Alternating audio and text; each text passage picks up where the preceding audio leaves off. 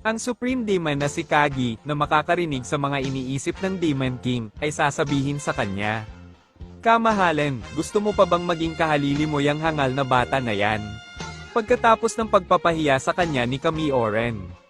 Hibang ka na ba, hinding-hindi mo maiintindihan na ang bata lang ang makakagawa at sa anumang kaso, ang kanyang ama na si Goku ay magiging mahusay din na kahalili, ngunit nagdududa ako na gusto niya ito, kaya dapat ang kanyang anak na si Aaron. Samantala sa larangan ng digmaan, pinapahiya ni Goku ang demonyong ito na hindi makagawa ng kahit na anong gasgas sa kanya habang sila ay naglalaban, ngunit malaki ang pagkakaiba ng kapangyarihan sa pagitan nila.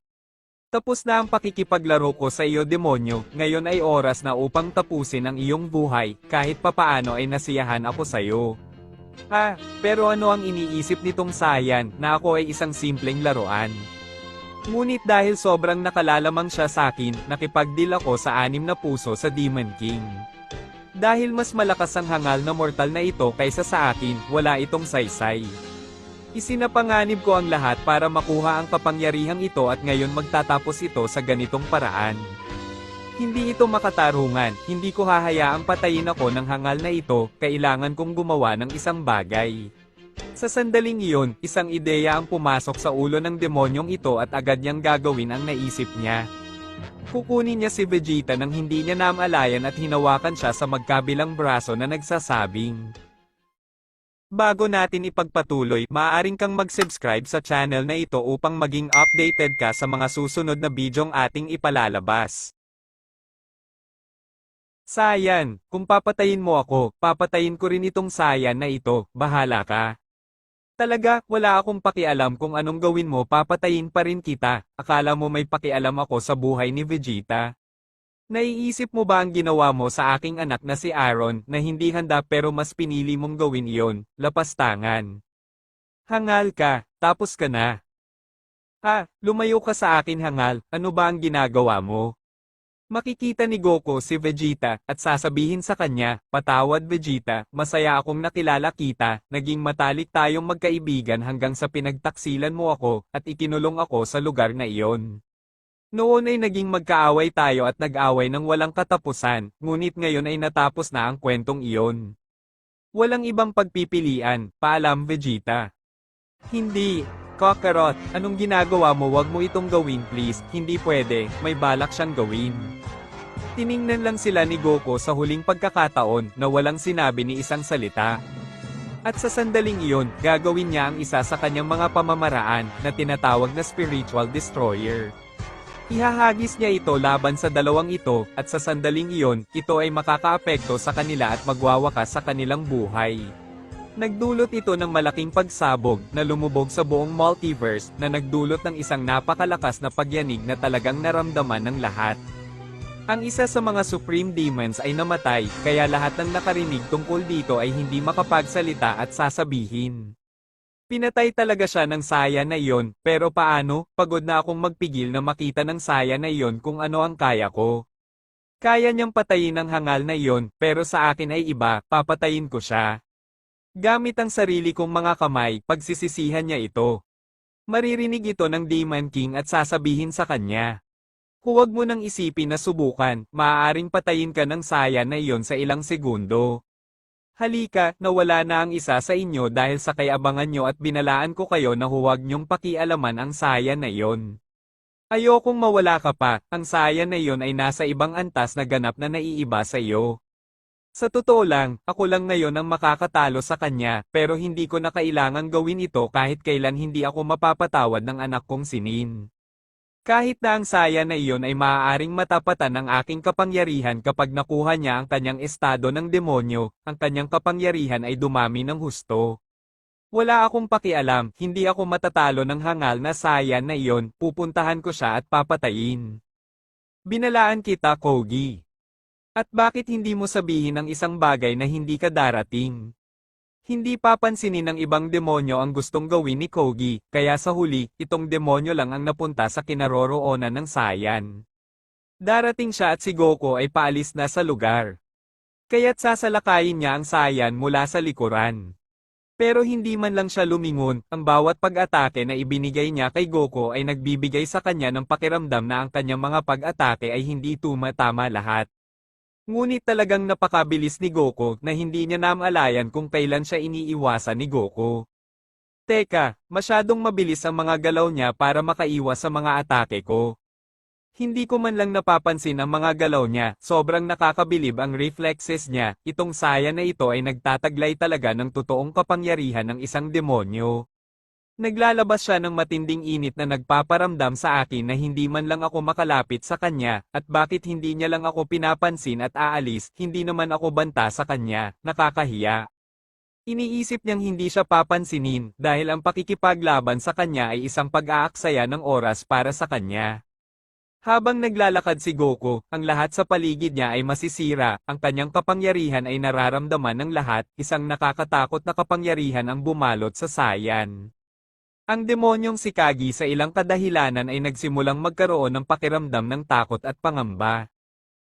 Pero ano bang nangyayari sa akin? Bakit pakiramdam ko wala akong saysay? Bakit nanginginig ang katawan ko? Ano ba ang nangyayari? Hindi. Dapat mamatay ang saya na ito, papatayin ko siya ngayon, ipaghihiganti kita kami Oren. Sa sandaling iyon, gagawin ng demonyong si Kagi ang isa sa kanyang pinakamakapangyarihang pamamaraan, na tinatawag na Supreme Attack Technique. Ang pag-atake na ito ay pinarami ng 10, iilan lamang ng mga demonyo ang nakayanan ang pamamaraang ito at sa sandaling iyon, sasabihin ni Kagi. Sige Saiyan, kung patuloy mo akong tatalikuran ay pinapadali mo lang ang mga bagay-bagay para sa akin, hindi ka makakaligtas sa ataking ito. Kahit gaano ka pa kalakas sa sandaling tumama ito sa iyong katawan, magiging alikabok ka kasama ng iyong hangal na anak. Sa sandaling iyon, tatalikod si Goku at sasabihin sa kanya, seryoso, binabalaan kita demonyo, kung patuloy mo akong iistorbohin, wala akong magagawa kundi ang patayin ka. Iniisip ko na hindi ka nalang papansinin, pero masyado mo akong iniinis, kung gusto mong ipagpatuloy ang buhay, umalis ka sa lugar na ito ngayon din. Kung hindi, ikaw ay magdurusa sa parehong kapalaran ng demonyong iyon, wala akong intensyon na patayin ang sino man sa inyo ngunit sa mga kilos mo ay parang hinihiling mo na patayin kita. Ang demonyong si Kagi iisipin niya, anong ginagawa ko ngayon? Sabi ko papatayin ko siya, ngayon nararamdaman ko ang takot na ito sa loob. Hindi ito nagpapatahimik sa akin, teka, ngayon naiintindihan ko na ang lahat ay may katuturan. Ayaw sumama ni Zumi, dahil alam niyang hindi niya kakayanin na labanan ang saya na iyon, pero bakit hindi niya sinabi sa akin? Maniniwala sana ako sa kanya kung sinabi niya sa akin, lagi niyang alam kapag siya ay walang laban sa isang tao at hindi kailanman nabigo ang kanyang instinct sa 1,000,000 taon.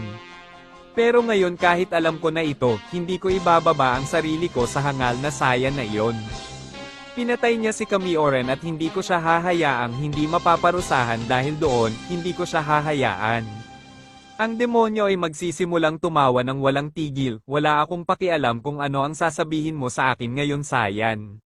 Sa sandaling iyon, ilulunsad ng demonyong ito ang Supreme Attack Technique sa Saiyan. Na malapit nang maapektuhan ang Saiyan. Ngunit ililihis niya ito ng may kaunting kahirapan dahil napakalakas ng pag-ataking ito. At ito ay magdudulot ng napakalakas na pagsabog na sisira sa buong lugar. Binalaan kita, sinabi ko sa iyong lumabas ka at sa halip ay mas pinili mong atakihin ako, ngayon palang kailangan kitang patayin demonyo. Pero paano, pinalihis niya ang kapangyarihan ko na parang wala lang, paano niya nagawa yon? Sa buong buhay ko, walang nakaligtas sa pag-ataking iyon na hindi gaanong napalihis, ginamit ko ito laban sa mga kaaway na mas malakas kaysa sa akin. At kahit sila ay hindi makaligtas sa kapangyarihang iyon, paanong ang isang Saiyan ay nakakaiwas sa isang pag-atake na ganoon ay walang katotohanan. Habang nangyayari ito, sa ibang lugar. Sir, sa wakas ay nagpasya kang gumising mula sa iyong mahabang pagtulog. 3,000,000 taon na ang nakalipas ang huling gising mo, bakit ngayon mo palang naisipan gumising sir? Tama, at hindi ako nagising ng nagkataon, nakaramdam ako ng kakaibang kapangyarihan, galing yata sa isang Saiyan na naging demonyo. Sir Zarama, pero ano ang balak mong gawin? Anong balak mo? At bakit mo iniingatan ang iyong anyo ng tao, wala ka bang balak gamitin ang iyong tunay na anyo? Ito ay isang bagay na mauunawaan mo mamaya Remy, sa ngayon ay gagamitin ko ang form na ito upang hindi nila ako makilala. O kung hindi, ang lahat ng mga Diyos ay maaaring maalarma at ito ay magiging kaguluhan. Kaya, iniisip niyang iwanan ng divine dimension na ito para pumunta sa lugar na iyon. Samantala sa ibang lugar, sasabihin na ni Goku kay Kagi na ito na ang kanyang wakas at ngayon ay wawakasan na niya ang kanyang buhay. Kaya wala siyang choice kundi gawin din ito, ang deal ng 5 puso. Papatayin ako ng saya na ito kung wala akong gagawin ngayon, hindi ko naisip na dapat ko ring gawin ang deal na iyon. Ngunit kung hindi ko ito gagawin, mamamatay ako, wala na akong ibang pagpipilian. Sa sandaling iyon, sisirain ng demonyong ito ang lahat ng puso niya na nawawala ang 1 puso. Na nagpasimula sa kanya upang madagdagan ang lahat ng kanyang kapangyarihan, tulad ng nangyari dati kay Kami Oren, madaragdagan niya ang kanyang kapangyarihan sa napakalaking paraan, at mayroon na rin siyang bahagi ng kapangyarihan ng Demon King. Salamat sa kasunduan, patuloy niyang pinataas ang kanyang kapangyarihan. Ang demonyong si Zumi na nanunood ng laban, sa sandaling iyon ay mag-iisip.